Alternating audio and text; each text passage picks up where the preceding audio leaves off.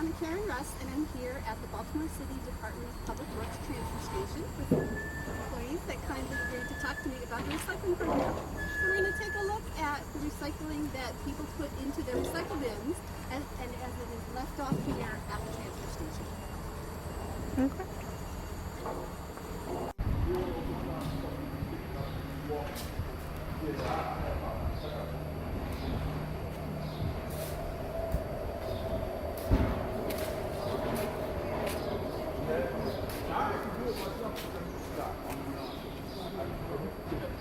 Because I live in the city, I don't want like stuff to go, but not try to dump the bag. What I do, right when I put my recycling bag, I rinse everything out. Because if you got residue, that means the road is still residue. Right. That's what I do. Because before I put it out, I let it sit in my house until I get a whole load. And you don't want to get rollers or plastic.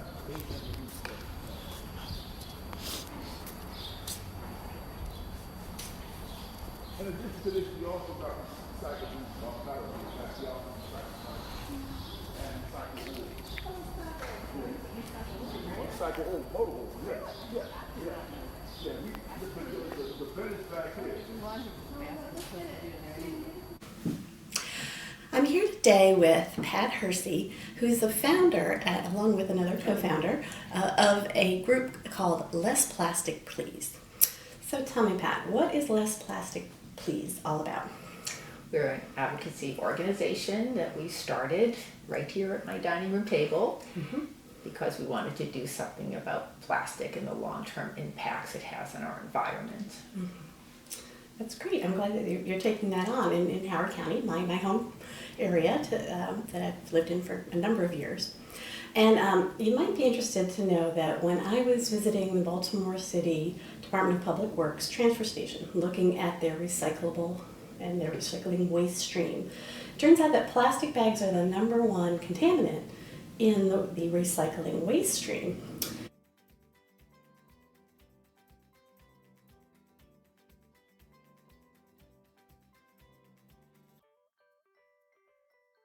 And so you, I'm sure know, having looked at this issue for a few years, if the recycling stream is contaminated, large batches of recycling may just be thrown away, incinerated, dumped into landfills because they cannot be recycled. So you've been involved in this advocacy effort for the past couple of years. What do you think would be the anticipated benefits of having a bag fee in Howard County? Well, not only the short-term issues of reducing the plastic bag use, we're working to reduce the long-term issues to throw away our throwaway society by changing behavior. That sounds great.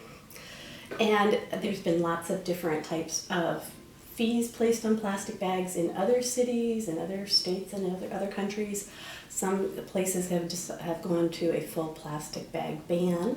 And so when you were trying to put together your rationale for this bill, what kind of results were these different municipalities finding when they put a fee or banned plastic bags? Well, study after study shows that a fee has the best impact in changing behavior in the long term. And it also shows that once a fee is in place, people are more receptive to other environmental actions. Well, that's interesting. So it kind of raises awareness as well. Exactly. Huh. I didn't realize that. Well, with all these anticipated benefits and the fact that this practice is becoming more common, I was surprised to learn that there are some opponents to the bag fee in Howard County. So if you were to try to get into the mind of the people who oppose this bill, what kind of things are they saying? And why would they say this is a bad idea for Howard County?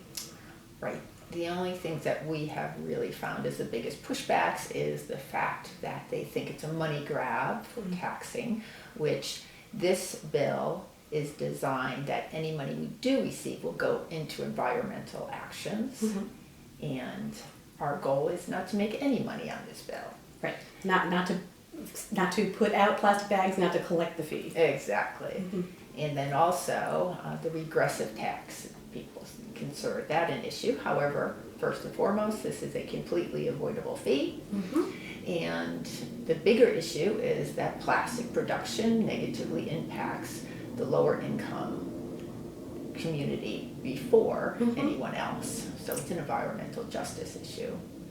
Sure, yes. I mean, the plastic manufacturing facilities are likely to be located in low-income communities, and they receive the other types of pollution beyond the plastic bag that production puts out there. Exactly. Yeah. So I'm glad to get a great synopsis of what you're working on, and I thank you for your efforts. If you had a final message that you wanted to get out there to the public, what would that be? Well, I would say that the disposable society we're living in is not sustainable. So we need to care about our environment as much as our teens and our preteens care. And this generation has a choice. The next generation will need to live with that choice. So we need to make sure it's the right choice. Excellent.